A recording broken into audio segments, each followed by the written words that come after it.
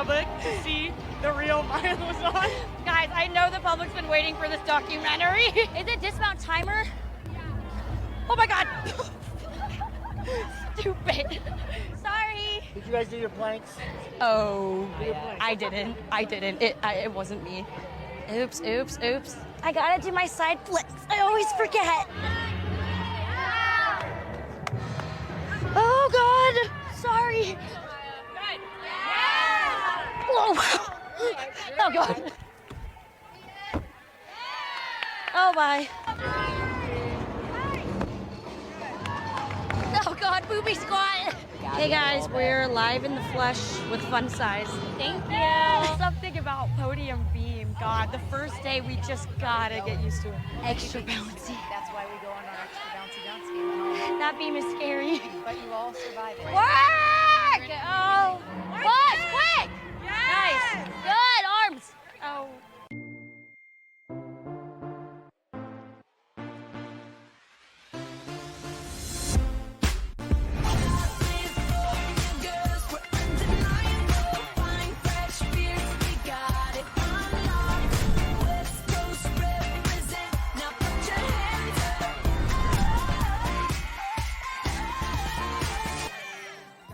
Yay! Yo, what is up, everybody? You saw the intro video, so there's no need in holding the secret back. I'm Daniel Ball, and I'm joined as always by my co-host, my partner in crime, my brother from another mother, Jim Cross. And Jim, we're talking California gymnastics with Maya Lauzon, and it's going to be awesome because from what we've been told, the West Coast is the best coast. And I don't know if that's true, but hopefully Maya's going to give us some insight to that. She's going to tell us her story. She's going to talk to us about conference realignment, just California gymnastics, the Golden Bears, what it's all about, the whole nine. So before we get to her, obviously, we got bills to pay around this place. So let me get to that, the business at hand. First sponsor, Chinook Seedery. Whether you're on the field or in the boardroom signing deals, Chinook will help you get the job done. Memphis City Designs. Get your brands, gear, and logos on everything from shoes to underoos. You can get your In Off the Bench podcast gear while supplies last. Smith's Plumbing Services. You got a sink clog, drain clog, toilet clog, or anything in between. If you're in the Mid-South and you have those issues, call my boy Dustin. I promise you won't be disappointed. And finally, Old Dominick Distillery. Experience 150 years of tradition in the heart of downtown Memphis. From bourbon to vodka, whiskey to gin, Old Dominick's will get you covered. Stop in today for a tour or to pick up your favorite bottle. And as always, tell them Jim, tell them DB from the In Off the Bench podcast sent you. Jim, with that, it's time. Season 11 kicking off with a hot one. Help me welcome on to the show with the biggest interview in podcasting this week, California gymnastics star, Maya Lauzon. So Daniel, I was looking at the guests that were coming on this week, and I had a thought to myself, I did those videos for the first 10 seasons showing, the 425 guests that we've had on. But I thought back to season 1, Daniel, of the 19 guests, only 2 of them were female athletes. We are starting season 11 off with 3 straight female athletes. The way that we've been able to not only incorporate all sports, try to do schools across the country. But Daniel, I'll say it right here with Maya on here. The guys can get mad. I like having the women on more than I do the boys. And maybe that's why I'm just lining up more and more of these female athletes. But nonetheless, Daniel, aside from being fun to talk to, they're absolutely elite. And, when Ella offered, she's like, hey, I think my teammates should come on here, and of course, seeing them in Fort Worth, and then you start to watch the video clips like we just showed. It's like, how could we not? But with that, Maya, how are you doing tonight? Yeah, I'm doing really good. Thanks for having me, you guys. Absolutely. We are blessed. I told you before the show, Daniel got me into gymnastics a little over 4 years ago, and I owe him for the rest of my life because I just love it. It's second, maybe third to me. It's in a real battle with baseball. Like, I could say it's second to football, which would seem crazy with the way we cover baseball. But when you're in person watching gymnastics right there by the floor, the athleticism and talent that you ladies have is just, it's insane. And so, really excited to get your story, but we got to break the ice. And, I was reading through your bio and I saw that you were into hiking, surfing, traveling, all that. We don't get too many West Coast, like Daniel said. We're trying to figure out if the West Coast is the best coast. And so with that, let's start. Let's talk about surfing. Where is the best place, whether we're talking a beach specifically or whether we're talking about a certain state, city, where is the best place you've ever been surfing? My couch.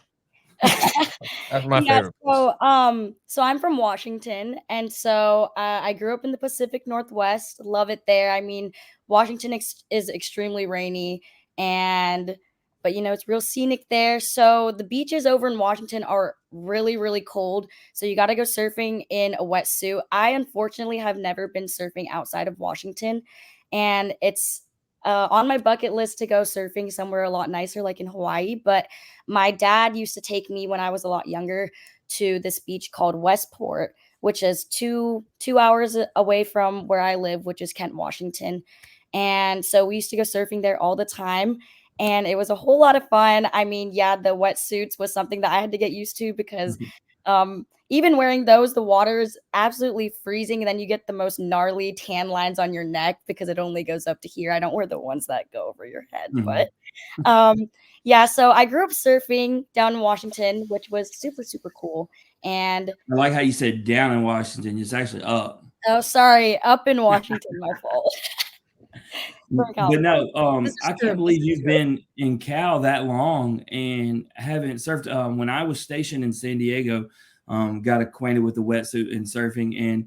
And for me, even as athletic as I was, it was very hard, which makes me want to ask you, you obviously probably got a lot more practice at it, maybe. Did you get pretty decent? I did get pretty decent, actually. I mean, I think definitely having, like a background of gymnastics and being able to balance was definitely helpful in terms of surfing, because that's like a core thing and the core aspect that you need to have when you're doing that.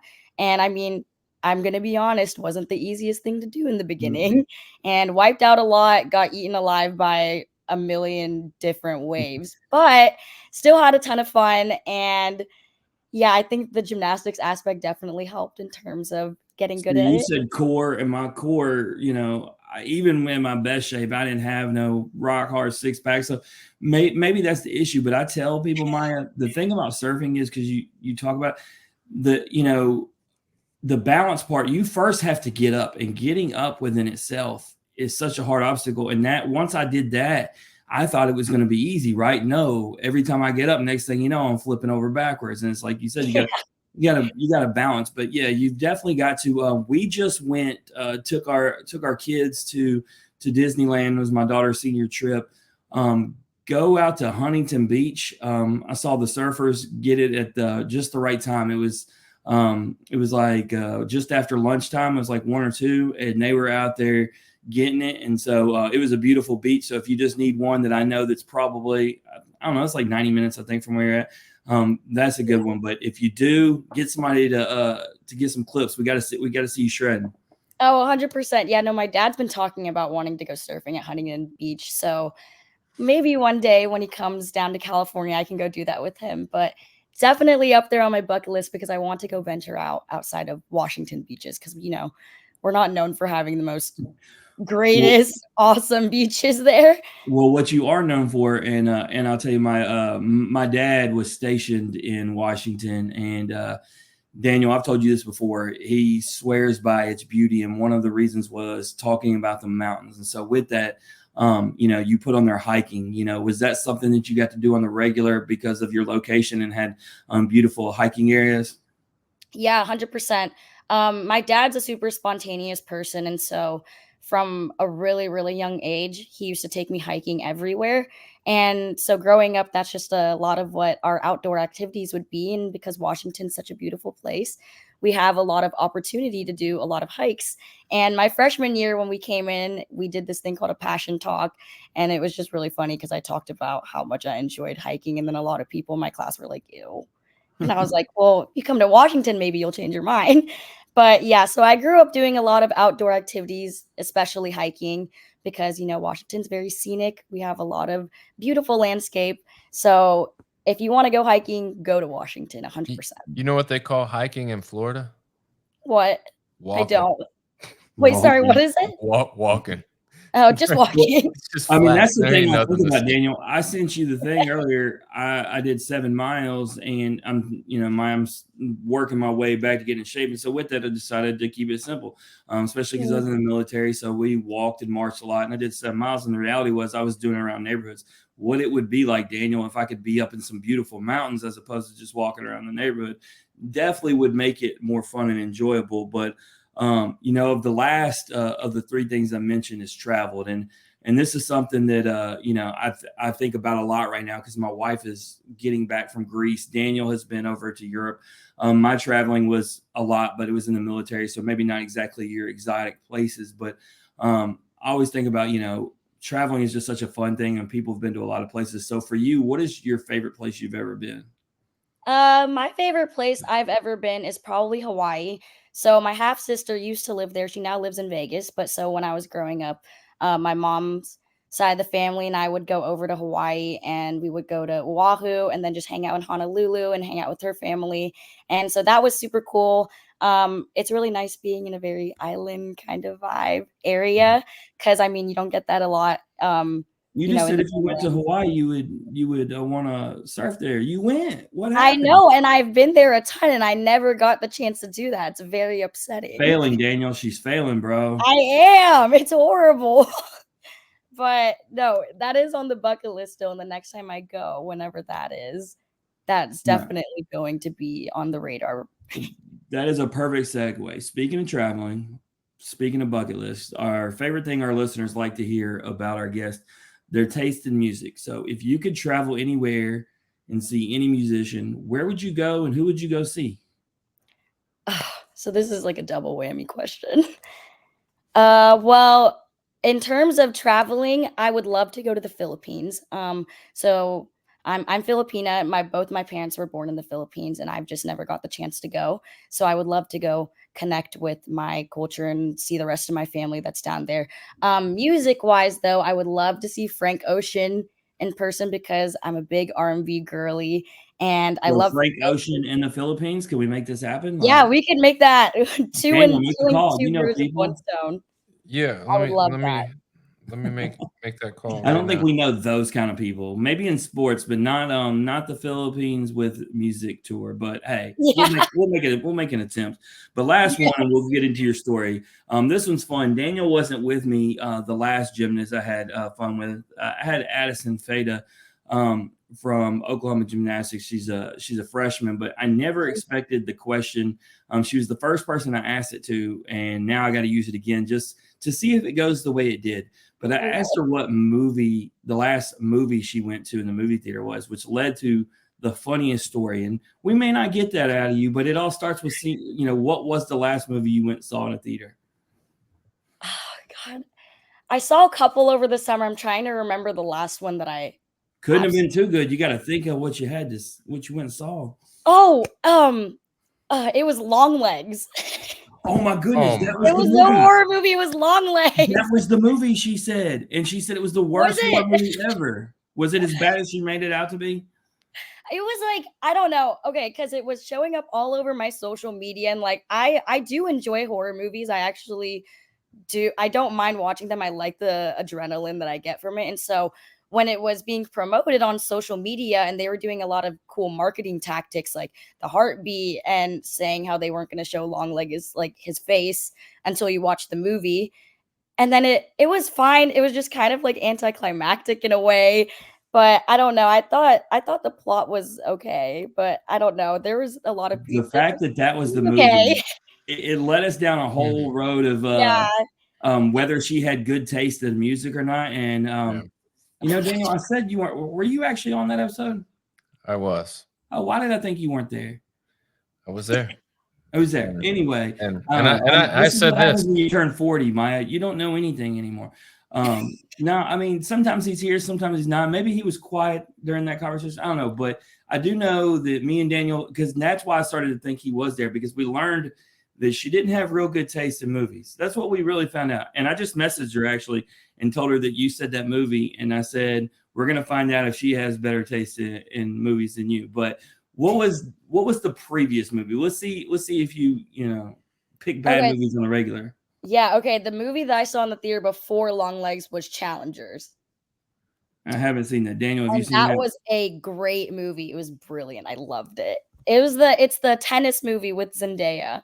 It All was right, Daniel. really, I'm gonna really, have to really see good. that and see if it's what she says it is.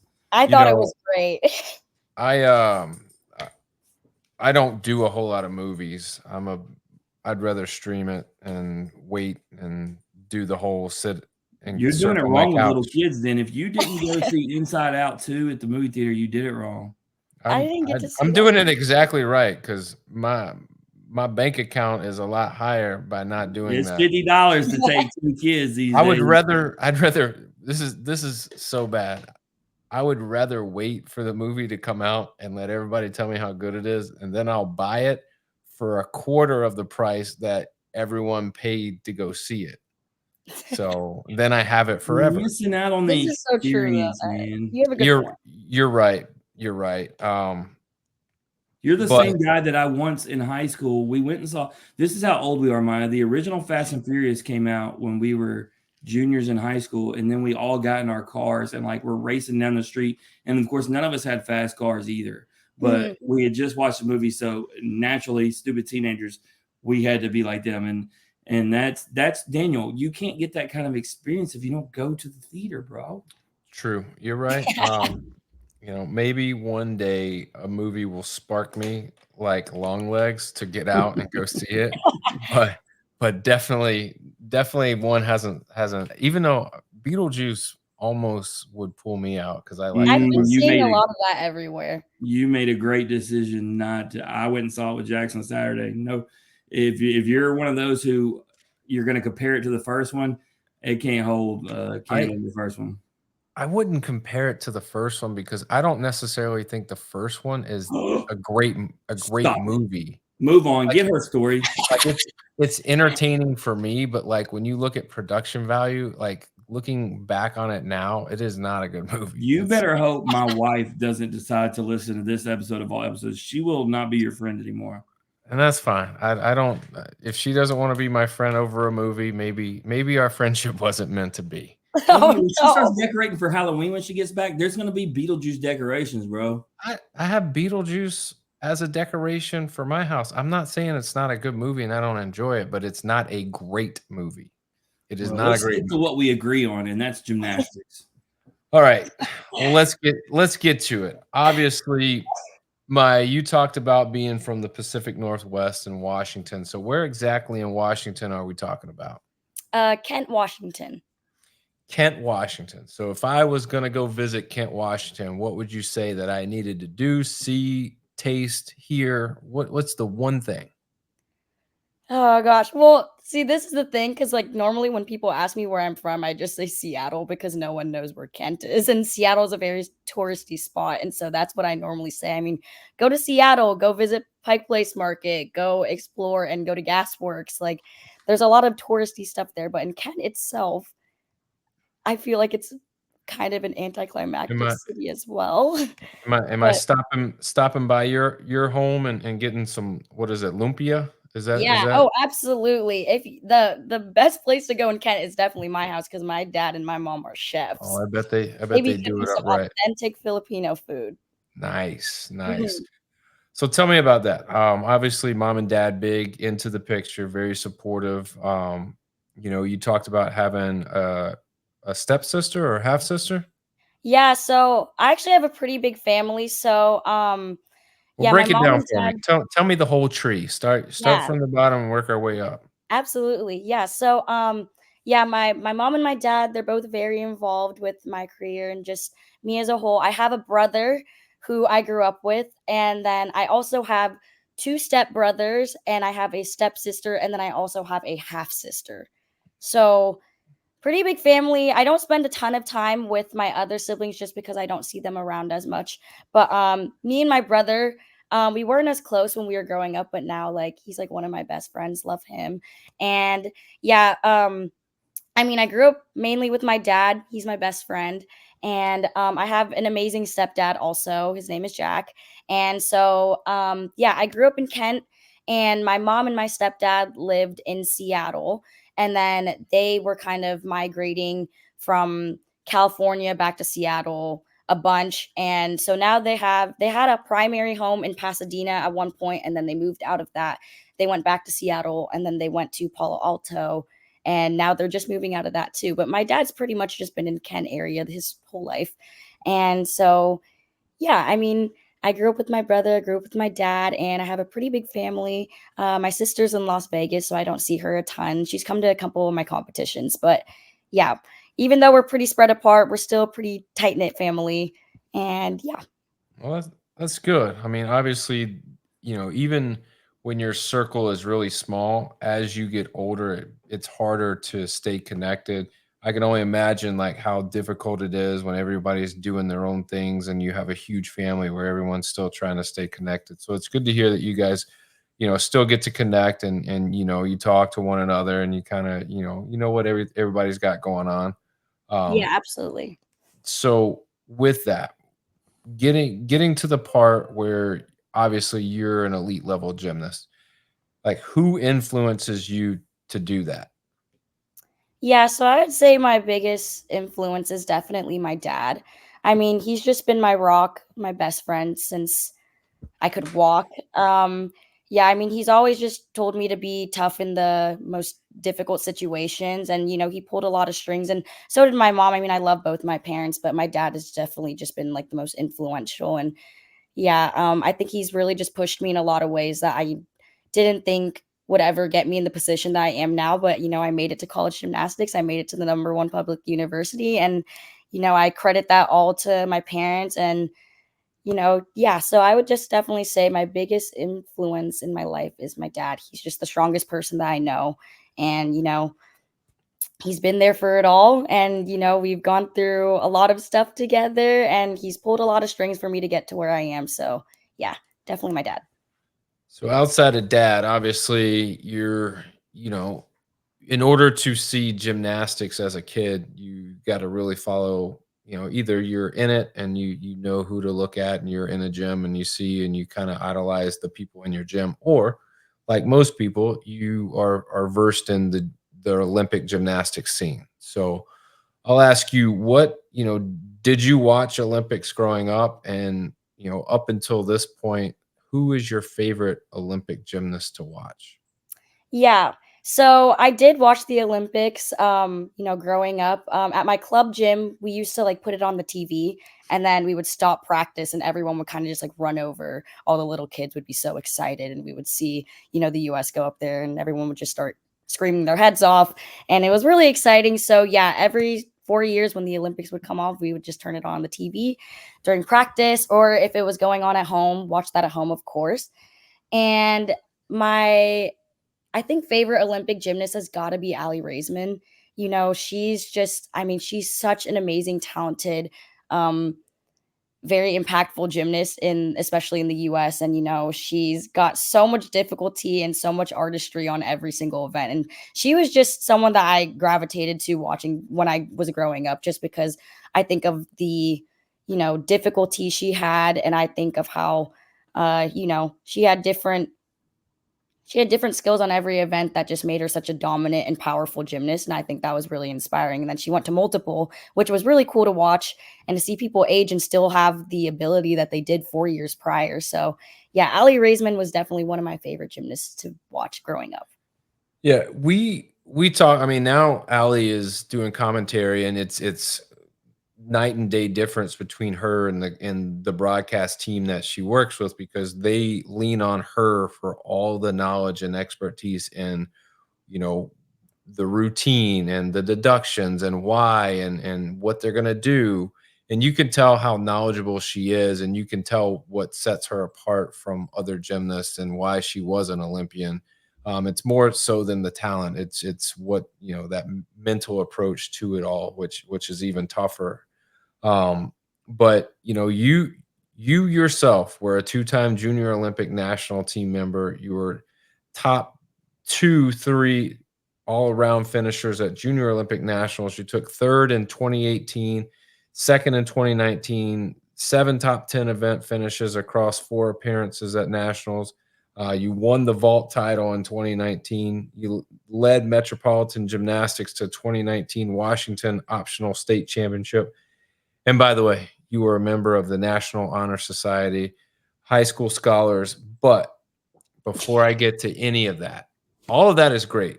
And like, I had to read it word for word because I didn't want to miss anything because there was a lot. But before we get to any of that, I need to know, what is the Link Crew? What is that?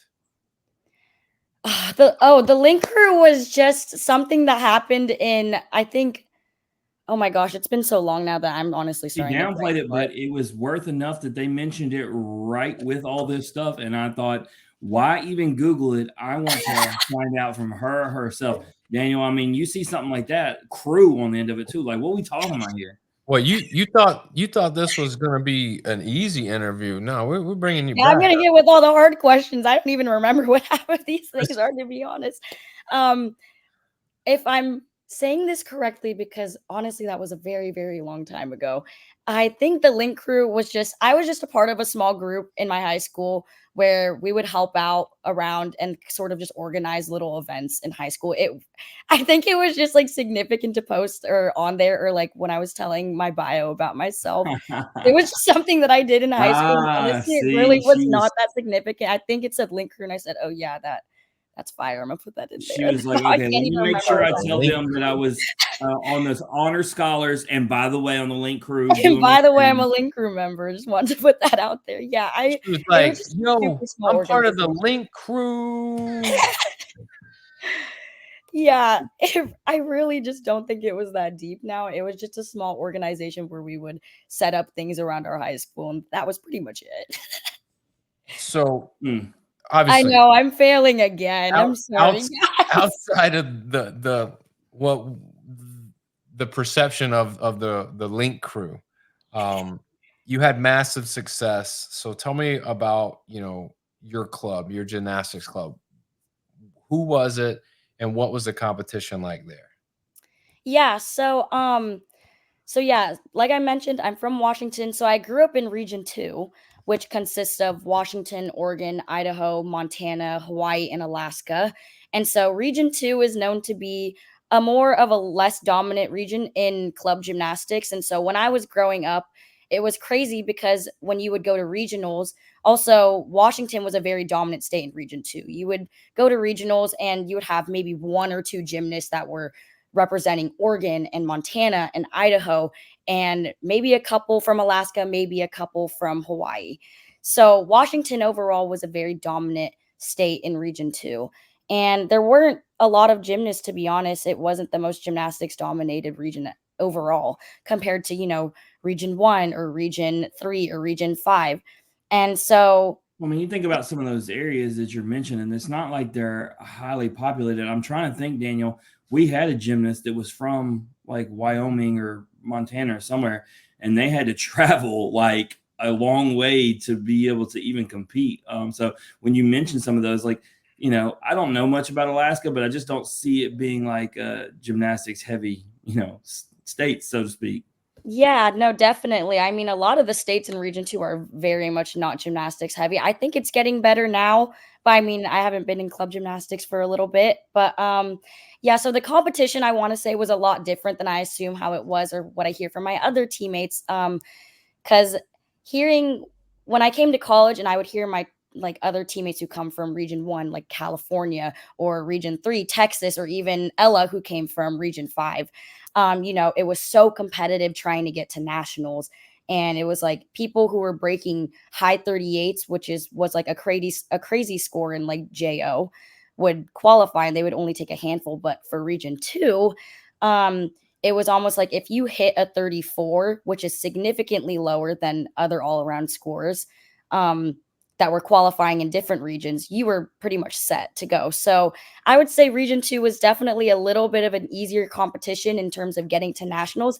And then also because we didn't have, the largest amount of gymnasts competing in Region 2, and we normally couldn't fill the entire lineup for region 2. We would go to nationals and we would have alternates from other regions come fill in for region 2. And it was really funny because so at nationals, throughout the meet, other regions will like say chants, like Ella's region 5 would have like crazy like region 5 chants, and then we're like region 2.873. We have like different people from different regions trying to fill in our region because we couldn't make up an entire thing. And so we would just try to make up funny chants and try to like fill it in and include everyone. We'd be like region 2.857, like just keep going and make sure everyone's included because we really couldn't fill up an entire lineup for us. But That should have been the link crew right there. Region that should have 2 been the link link crew. crew. We Yeah, linking no. together from all over. Yeah, exactly. And so I got to meet a lot of people from a lot of different regions going to nationals because of that, because we couldn't fill up our entire group. And so that was kind of cool, just being able to integrate myself in an area where I could meet people from different regions because region 2 was just not the, the most dominant region in club gymnastics. But yeah, so growing up at Metropolitan, so that's where I went for club. I had amazing coaches. Um, yeah, I mean, I had a really big group of level 10s working with me up until my senior year. And then the seniors left and I became a senior, and it was a very small, tight-knit group. But yeah, so originally growing up, we had a pretty big team and it just got smaller over the years. So it made it a lot harder because even though gymnastics is a very individual sport, it's nice to have a team, having your back. And so in club gymnastics, there were points where it got a little bit harder. But, competition wise, like I said, it wasn't the biggest region. So, like, there weren't a lot of people competing in each age group. They would have to mash together age groups because normally you split those up pretty broadly, but in region 2 you would have to smash like 13-year-olds and like 16-year-olds together because we just wouldn't have enough people to make up a smaller age group. And yeah. Wow. So how did you balance just national competitions and academics? Because I mean, when you talk about being a National Society of High School Scholars, like, to me, like, there's some brains behind that athleticism, but with both, there takes some time. And from what I do know about gymnastics is that time commitment in the gym, it's a lot. So how do you balance gym life with academic life? Yeah, I mean, it's pretty difficult. I mean, being a student athlete in college or in high school is going to be hard. I mean, we already have a lot on our plate as students. So having to have, a 4-hour practice right after going to school for 6 hours was crazy in high school. And so my routine looked the same pretty much every single day. Would wake up at 7, go to school for 6 hours, have like a 30-minute break, and then go to practice for 4.5 hours, come home, eat dinner, do homework until God knows when, and then go to bed. And it was just the same thing every single day. So in high school, that was definitely hard because also when you get to high school, there's so many new things that you're exposed to and you want to be doing all these activities. But, the schedule is the same. I have practice every single day. So it was really hard to get out there and balance all three aspects of social, sports, and academics. But I mean, it was worth it in the end because I ended up here. So, yeah. So obviously, you've done a ton of events, all across, probably international, if I had to guess. But either way, a ton of different competitions, a ton of different events. Which of those was your favorite, and which of those prepared you for what you would inevitably see at the college level? Do you mean like a specific kind of competition or just like Yeah, like maybe like, oh, when I was a junior in high school, I went here and competed. I did really well, but it was my favorite one just because of this. yeah. So I would definitely say nationals was obviously a huge thing for me, especially because like I said, region 2 was just not the most dominant um region in gymnastics, and gymnastics just wasn't heavy based there. So being able to go to nationals was always super exciting because we got exposed to so many other amazing regions and being able to compete with so many different people of gymnastics that we didn't typically see in Region 2. Where's nationals held at? Huh? Where's nationals held at? The ones that I went to were held in Indianapolis, and then one was in Cincinnati. Gotcha. Big time. Yes. Big time. So those were really cool. And then I also got to compete at the Nastia Lukin Cup one year, which was super cool because that was my first time ever competing in a really big stadium on podium. And I had never experienced that before. It was really, really frightening because also at one point I felt like I didn't belong there because there were so many good gymnasts there. And like I was competing in such a big facility with such a big crowd. And it was just all very new for me. But at the same time, I got to meet so many nice people and compete on the big stage. So that was a really, really cool competition that I got to go to too, which was pretty cool. So let's get to Cal. So how did you end up at Cal and why did you choose Cal? Yeah, so I originally was not actually committed to Cal. I was previously committed to the University of Minnesota. And then, a spot opened up at Cal, and I had previously been in contact with Justin and Liz, who are my head coaches now. And after that happened, after I committed to Minnesota, I ended up, reaching out to Cal again. And I just kind of thought to myself, my whole family's on the West Coast, and I really enjoy being here. And I think I could see myself here in California, especially because that was during the time when my mom had just recently moved to California. So that was definitely a factor that played in. But the biggest factor that made me choose Cal is that growing up, I wanted to always go to a university that benefited both my athletics and my academics. And Cal, being a very prestigious school and the #1 public university, was obviously definitely up there. And so when I was able to get in contact with the coaches, I went for it. And it was actually kind of crazy because I committed to Cal during the midst of COVID. So I never went on any sort of official visit or got to even meet the coaches in person or my teammates in person, which was kind of crazy. So it was kind of just all of a gut feeling. And I went with it and it was great. And I mean, I don't regret it one bit. I love it here. But yeah, so I ended up committing over a Zoom call and I got like a virtual tour of the campus, like on like a PowerPoint, which was really funny. And then I showed up to campus for the first time, like moving in my freshman year. And it was just the most bizarre thing. And then I met like all my teammates too. And I was just like, yeah, you guys have never seen me, but I'm here. See, when you did the virtual tour of Minnesota, it's so cold in Minnesota that you could see the ice, in the background, and you were like, you know what, I'm decommitting from this place. That's why you didn't go to Minnesota. Let's just be No, that's not why. Cal's weather compared to Minnesota is just a whole different level. Yeah, they're two different environments, that's for sure. I mean, I absolutely loved Minnesota. I adored the coaches, adored the girls. It was just more the fact that I think I just wanted to be closer to home. But yeah, I mean, no doubt Minnesota is a very cold place. And growing up in Washington, I mean, it's always raining there. You can never catch a break from the rain. And so I thought, oh, maybe NorCal will be a little bit better weather-wise. So speaking of that very topic, when you get to Cal, how much of a culture shock is it? Is it dramatically different from where you come from in Washington, or was it, just a little bit different? If I'm being honest, I think it wasn't too much of a change for me just because I grew up in Washington. The area that I grew up in was incredibly diverse. Cal's campus in general has a very diverse population.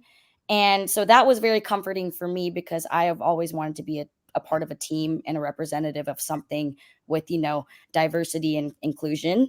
And also weather and just the climate in general was very, very similar to Washington. So that was not very much of a change for me. It's very hilly here. It rains every once in a while, but you get some sun here and there, which is really, really nice.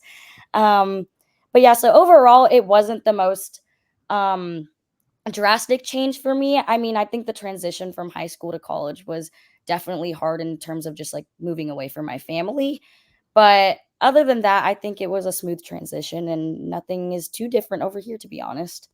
Yeah. And so one of the things that that we've noticed, the more and more gymnasts that we follow, that we interview, just paying attention by watching, the relationships. I feel like gymnastics is significantly different from a lot of sports, especially the men's sports, where upperclassmen don't traditionally hang out with the younger ones. But I notice it's different in gymnastics, and I say that to ask, what if you could just name one? I'm sure there's probably plenty, but what was the one upperclassman that maybe took you under their wing and really helped you out as a freshman? Yeah, I would say that the one upperclassman that probably took me under her wing was probably Maya Bortis.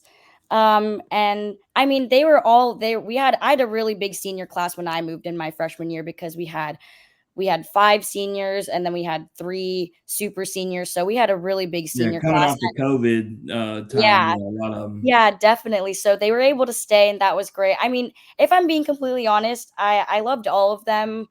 And I don't specifically think I had like one that completely took me under their wing. I think they were all just there working together and helping me and the rest of my 4 um, classmates, move in and get comfortable. But, I loved them all and they had a really big class, but they were all very influential in their own ways. I think When so. you look at upperclassmen, because we pay attention the way we do, when you look at the best schools, when you look at Cal, when you look at Oklahoma, when you look at LSU, going on and so forth, like the amount of upperclassmen, that's the reason why these same teams that were good last year, as if they're not good on a regular basis, the amount of upperclassmen that all you top teams that were in Fort Worth last year have, there's absolutely no reason why it might not be the exact same 8 back, because it's unreal to have the talent y'all did and to have so many of them coming back. This is going to be as good a year as gymnastics as ever. But, going back to that freshman year, I don't want to spend too much time on it. I kind of want to get closer to now. I do want to ask, no matter what the sport is, freshman year is always when you learn the most. And if you could pick the one thing that was the most beneficial thing you took from freshman year, what was it? I want to say the number one thing I took from freshman year was just definitely getting involved in a more team oriented environment. Like I said, in club gymnastics, especially towards the end of my high school career, I think I lacked a little bit of that just because so many people were leaving from my gym. But I think when I came into college, it really just opened my eyes up to what it's like being a part of a family away from family. You gain a lot of bonds and relationships and connections with people that you don't know. And it's really scary to do that transition. But, I came in with a pretty big class. There's 5 of us. And so we were able to sort of experience that all together. And I think it was really scary for me too, just because of my committing experience and going through all of that with COVID. So I felt really afraid just like coming to somewhere that I had no idea essentially what anything was like. And then when I came here, I was able to make my family away from family, even in my first year. And obviously, things have gotten a lot better now that I'm entering my senior year. But freshman year, I definitely discovered, my more of a passion for gymnastics. I think and especially working in a team oriented environment was really, really, really cool. Yeah, Daniel, what she just said, is it not like, for those who don't, for anybody who's listening to this show and maybe hasn't paid enough attention, maybe not as big into gymnastics, Daniel, college gymnastics is so interesting, especially because she's touched on it about being an individual. But like, we always talk about the camaraderie and the relationships. It feels like just, I don't know, man, the bonds are so much more significant and it carries over to their performance. I feel like all the teams that do the best are the teams that are tight knit.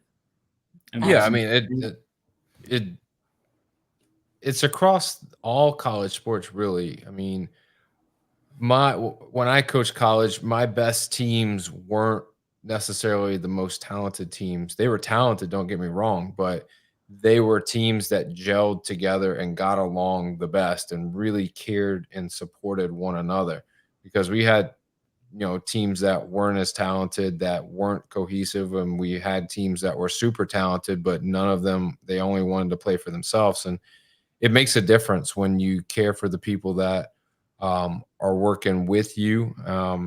Even though it is a singular event that you're doing, it's also a team-based thing. So I get it. Yeah, I mean it's super important, and obviously it makes you feel good when you have people supporting you, but also it makes you feel good when you cheer for someone and you see them every day work really hard at something and then they just nail it. Like that gets me pumped up. Yeah, and we even talk about it a lot. You talk about the working really hard, the appreciation teams have for other teams, right? It's a sport where you cheer, a lot of times when you see somebody, and of course it's a small world. A lot of girls know each other, right? But like you want to see excellence, like you want to beat somebody because you were just better that day, not because they had failure. Like it does in gymnastics, it doesn't seem like you ever want that. But going into the next season, true breakout season. 27 top 3 finishes and 15 event wins, named NCAA All-American. Maybe my favorite stat here, Daniel, for her is 50 routines with 32 scores of 9 or better. Did not have any falls of any kind. That when you talk about 50 routines and not one, like that's a pretty big deal. Because even the best of the best have mistakes, and so for your sophomore year to be able to go through 50 clean like that, have 9 or above, to me says a big deal. Did you expect, a lot of athletes have expectations coming in to that sophomore year, making that freshman and sophomore jump. Did you expect to have that great of success? I think moving from my freshman to my sophomore year, it honestly did take me by surprise a little bit, just because my freshman year wasn't the smoothest year for me. I had broken my foot in the middle of season, and I was having just a little bit of trouble adjusting to, the overall aspect of college gymnastics, because the transition from competing in club and college is completely different. And so I think my sophomore year, when I had a breakout season, it was really shocking for me. But at the same time, I go into the gym and I work hard and I apply myself, and I think it felt good to, get the recognition for the hard work that, I put into the gym. And it was really cool just being able to see just how much hard work can get you.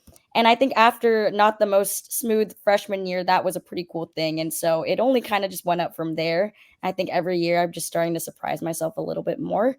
And now moving into senior year, I mean, it's crazy bittersweet last year. We're just going to keep going up. Absolutely. Well, that year the team starts the season in Las Vegas, and I've got to make it to a Super 16. It's so awesome, and so for you, like you said, coming off a previous season maybe where didn't go right, but that first, Super 16 in Vegas, best of the best teams to start out. Just how exciting and how much fun was that to start that season? Yeah, no, Super 16 was a super fun meet. I mean, it's always nice to, start the season in general. So the first meet's always going to be exciting no matter where it is. And especially the first meet of the season with a new team. Your seniors leave, you get a new class of freshmen. And it's really cool just being able to experience that for the first time with a new set of people. But yeah, I think something about Cal, we start that early. We practice this in preseason about how to have fun and express with joy, compete with joy, because that's when we do our best, is when we're having fun. We don't have to be serious all the time. We know when to lock in and when to drill into our routines. That's all routine because that's all we do during preseason. But when we go into competitions, we're just practicing things that we know how to do already. So why not have fun with it? And so when we're starting that off in the season, it makes it really exciting because it pumps us up for the rest of the 13 weeks that we're about to experience. Well, it's not fun, Maya, and I'm going to tell Daniel. Fun. I don't know if Daniel looked at the notes on this, but there's anything in life that isn't fun to Daniel. On February 18th of that season, y'all in UCLA tied, and tying is not fun. And so I got to ask you, Maya, because I'm sure Daniel's thinking, how did that go? What does it feel like when you tie and there isn't a winner? Yeah. I mean, and it's crazy because my sophomore season, we actually had a couple ties. We also tied with OSU at one point, and then we had a tie with LSU. But, inquiries are set in and then things change. But I mean, when you tie, it's just, I don't really know how to explain this feeling because, I mean, every single competition you put in the best work that you can, and everyone is there to support each other. And when it's kind of just bouncing back from both teams, I mean, it's accomplishing for both teams to do well. I think obviously in a sport or just any sport in general, you want to have like a winner on top. You want to be a part of the winning team. But I think it just pushes you to, go into the next competition and, do the same thing, put your best foot forward and, just hope you have a good day and practice, all the hard work that you do in Daniel, practice. But what do you think? You think like you should go out there, two captains, you flip a coin, winner of the toss gets to pick the event, and then we do a redo. the other team gets to pick, who they want to go against. I don't know. Let's get wild in this, kind of like they do with the drum lines, in the movie. Like, come on, let's get like a one-on-one. What do you think, Daniel? No, yeah, there should be something where, like, okay, you pick your best person for each rotation and just do it once and go through that. The team can pick who they want to do, and best score wins. Like, Can't do have ties, something. Daniel. That would be kind of funny if we did something like that. Do something. Or you know what would be even cooler? Put the rings out there, or put the parallel bars out there. Bring something different out there and go, all right, get your best gymnasts out here and best all do around this. and do Well, this. actually, Daniel, now that I think about it, That's funny. talking about Or depth, even better. I got it. He's got so many ideas. Everybody, you put everybody on that's active on the roster, and you have them hang from the bar or from rings. And Whoever stays on the longest whoever the last person that drops, that's who wins. That's boom, funny. we got it. And it's funny you said that, because I was going to say we need to get into the depth of this thing. We need to get those who maybe didn't compete. I was going to say somebody who didn't compete at all has to go.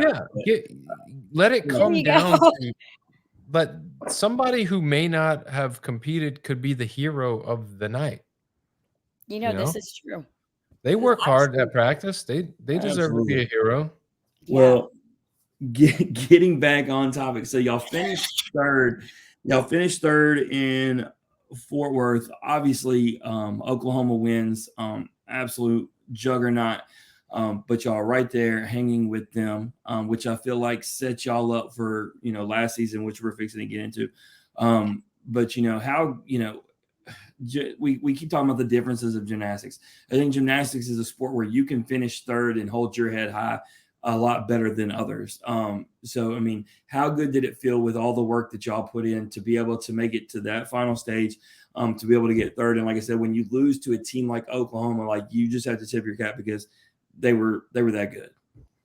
Yeah, absolutely. And I mean, especially looking at teams like Oklahoma, I mean, they are amazing. It's so incredible to watch them compete. And even though, we're supposed to stay in our bare bubble and keep to ourselves, but it's so hard when you're competing in an arena with such amazing gymnasts. But like I said, or like we were talking about, I think placing even third was such an accomplishment. I mean, since I've been here at Cal, every single year our team has been getting better and better. We've just been taking those little we're going there. I got a question. Yeah. So let's get into this last season then. So season, Daniel, let me tell you, have you ever heard of a harder schedule than this? Let me read this off to you, Daniel. No, they got Oklahoma twice. Who wants to do that?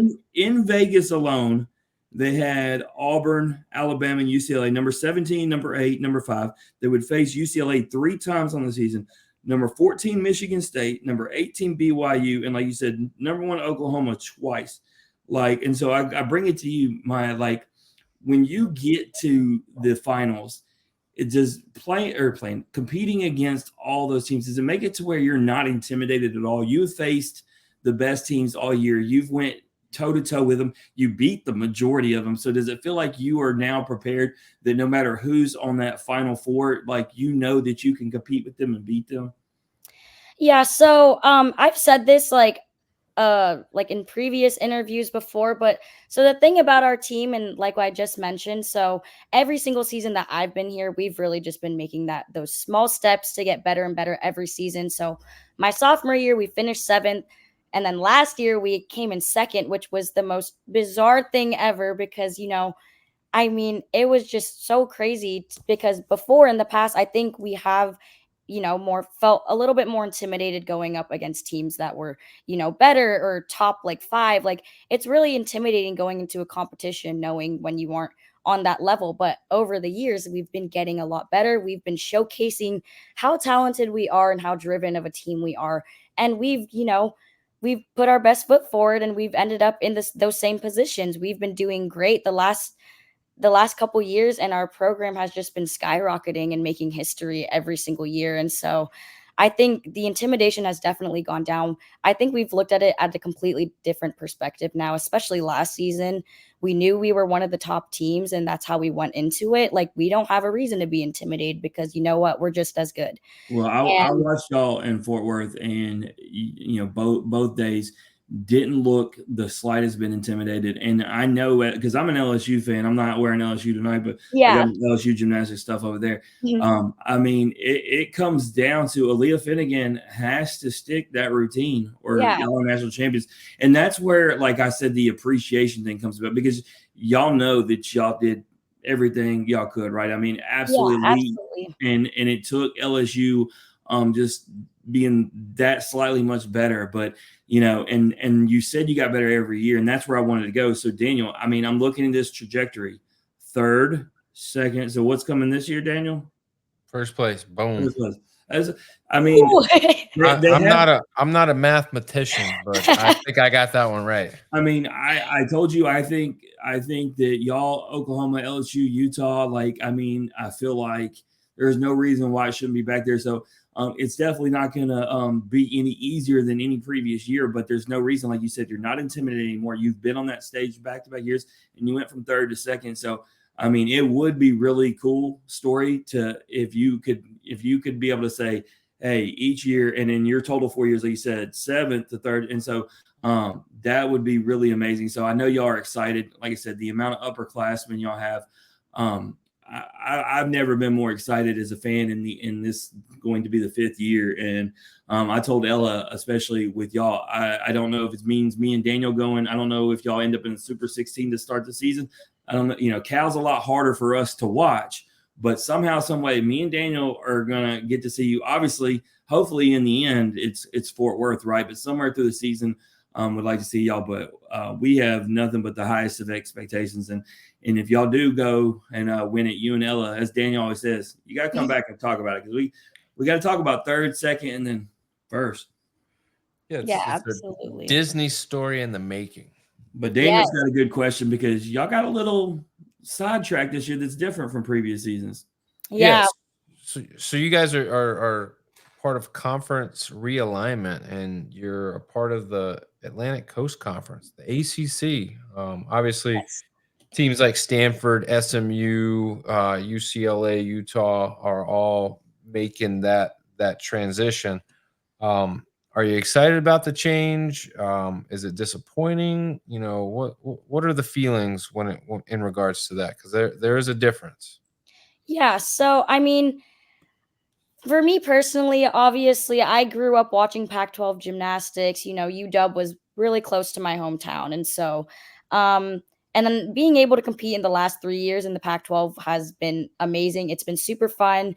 I think it's definitely going to be super exciting. I mean, the ACC conference in general for gymnastics is now just starting up, and like the addition of Cal and Stanford is going to be super cool. And so just to integrate those schools together and kind of start building this conference as a whole, I think is going to be such a great thing. I think the only thing that's going to be different, what we don't know right now, because we've never experienced anything like this, is that, we're going to be traveling to the opposite side of the country a lot this season. And that's going to be completely different for us because, we're typically staying along the West Coast for the Pac-12.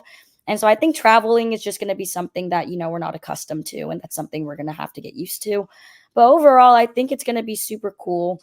I think, to get out there and compete with different teams, is going to be really exciting. Daniel, they'll travel like a couple days earlier, right? They're not going to do it like the day before and mess up their whole schedule, because it feels like if you travel the day before, that could really give you some jet lag issues. Daniel, he was in the college of sports world. I would say they're gonna try to travel they're gonna try to make it the set schedule where this is our travel day, this is our practice day, this is our competition day. What they might end up doing is leaving after the competition and coming straight back. There might be a day, it just depends. Yeah, that's just something we're really unsure about right now. And I mean, we don't even know our schedule yet and how Which is that's gonna driving go. me But nuts. Baseball already came out with their schedule. I know, In I know. We Italy, don't have our schedule yet. We're not gonna. I I'm know, not so sure I when put we're out my gonna get baseball schedule, but really it's not true because I'm going to try to see y'all in Oklahoma and LSU. And the reality is I can't see all the baseball and gymnastics I really that. I want. know. So I need it out ASAP. And Daniel, we're going to Super 16 if they're going to be there. I'm just telling you. Let's Yay! do it. All right, Maya. We are ready to play a game. Playing a All game right. that almost 400 guests have played. So you can't deny playing. Like you have to play. That's just how. Okay, I'm ready to play. All right, it's called This or That. I All right. give you two options. All you have to do is choose one option or the other. Can't say Okay. both, can't say neither. Just go with your gut, go with your heart, go with whatever one that you think is the best answer. All right. All right, Jim, this or that. Who's it brought to you by? Chinook Cedary, the best in the game. 8 flavors, mild to wild. Mild to wild, all the seed flavors that you could ever want. And they're not a sponsor, Daniel, but love since I'm wearing the shirt from Coach Bobby, go get your Bitfo shirt. We plugged it last week. The video's there. Yep, bitfomindset.com. Go get your gear. All right, coffee or energy drink? Coffee. Coffee. You like sugar, cream, all that in your coffee? I do. Oh my goodness. I know. Pumpkin spice season is here. I Are you a know. big I'm so fan? excited. Oh man. Oh man. All right, tacos, hard shell tacos or soft shell tacos? Hard shell. Yep, big fan of those. I think that's the only Mhm. way to eat tacos. 100%. Uh, luxury car or fast car? I would say luxury car. Yeah, I need some room. I got big feet. I don't Yeah. like I don't Nice like interior would be good. yeah, nice I big think so. dash with all the Oh computers, yeah. all the gadgets. Oh Yeah. For your yeah. kids to mess up, Daniel. Well, hey, it is what it is. They sit in the back, so I'm good with that right now. All right, beam or bars? Beam. Oh my gosh, beam 100%. Vault or floor? Floor. Beam or floor? Beam. Yeah, you're pretty good at the beam. I I've like seen beam. it. I really do like beam. All right, what's scarier, snakes or spiders? Spiders. I would say Yeah, spiders. those you just can't see them. Like, And I, they're so tiny, but they're frightening. They move fast. But I've held a couple snakes before, so yeah, I'm not a fan of spiders at all. So I no, feel you. me either. All right, obviously, you talked about your boy Frank Ocean R&B. You talked about long legs and the scariness of that. So I'll kind of blend this question. Would you All right. rather see a rom-com or would you rather see a scary movie? I would rather see a rom-com. I love rom-coms. Who doesn't? Who doesn't? Rom-coms are I great. actually have a They're always a feel-good movie. so the female athletes come on here and say scary movie, and the male athletes say rom com. I think it's starting to become real, because I actually prefer a rom com. I don't know. I think it's out there. The guys like the rom coms. Yeah, they should. They're great. They're great movies to watch. All right, luxury swimming pool or the beach? I feel like I know the answer to this. I think the beach probably. Yeah, you can For get the beach. you can go shred the gnar and get Exactly. after it. Mhm. All right, last question. All right, this is the big question. Okay. All right, Maya, if I came to you and I said you can have $5 million, I have it right here in this briefcase that's handcuffed to my wrist. You can have it, or I can give you a national championship this year. Which would you take, 5 million or a national championship? I would take the 5 million because we're gonna win the national championship. Let's go. See, that is the right answer, the best answer. It only took 11 seasons for us to get somebody who had the right answer. Yes. I would So always take the money, 100%. I mean, yes. there's no We easier couldn't get way to Jordan make Bowers to say that she would give up if they won a third one. She'd say she'd take her 3 national championships over $25 million. We Yeah. think she's lying. She's crazy. She's crazy. I love her. Doesn't mean she's not a liar. True. Do that. All right, Maya. Anything you want to plug or promote before you get out of here? Honestly, no. I think I've said all the things I need. I gotta do a plug for her just Okay. real quick because I started the video at the start of this thing. I ripped it off of Cal W Gym on Instagram, and that's where I'm going with this. If you want to follow what their team's doing, I absolutely love when an Instagram account for athletic programs have it together, and y'all's has it. I love it. They have the hype videos. They have y'all's routines on there, and so go check it out if you haven't. Hit the follow button, as Daniel would say, because you're going to get up-to-date info. You'll get those videos when they drop, and based upon everything I've seen, you won't be disappointed. Nope, not at all. And if you want to know what Maya's up to, Instagram at maya.lauzon. See her doing it all. Shred the gnar. What about the Hanging out. water? She didn't plug her water. I'm seeing it on here. Got some water? Oh, actually, I have one. Let's go. What do we got? Wait, I Let's got see. one right here. Not even Look at plugging your her Yes product. water. Yesly water. All right, tell me about this water real quick. What's the benefit of Yesly water? It's good for hydration. It's got vitamin B6, B12, and vitamin C. See, you almost didn't tell us about that. We couldn't get healthy. Yep. It's So good here's for the deal. hydration. It's flavored water. You might enjoy it. For y'all jabronis out there that are saying no-ly to water, you need to start saying yesly. Go Thank get your you. Yesly water. Got the B12. Got all the vitamins, all the essential nutrients, all the hydration elements that you could ask for. And Maya loves it. So And it's you got to go get it. 0 calories. 0 cows. That's what we're talking about right there. Mhm. All right, Maya. I appreciate your time. We wish you a happy, healthy, successful season. And Thank when you win you. it all, guess what? You're coming back. And we're Let's gonna talk. go. Can't Let's wait. go. All right. That is Maya Lauzon, everybody. If you like hearing Maya's story or you just like hearing us average Joes talk X's and O's, please like and share the podcast on Facebook. Retweet us on X. Listen and subscribe wherever you stream your podcast. As always, comments, ratings, feedback, thumbs ups, hearts, hugs, loves. We will take it all. We'll see everybody. What? Tomorrow night? Wednesday night? Haley Thursday night? Ortega from LSU volleyball. All right. Big action-packed night. So y'all don't miss it. This has been the In Off the Bench podcast. As always, remember, strong body, sharp minds, grit and grind all the time.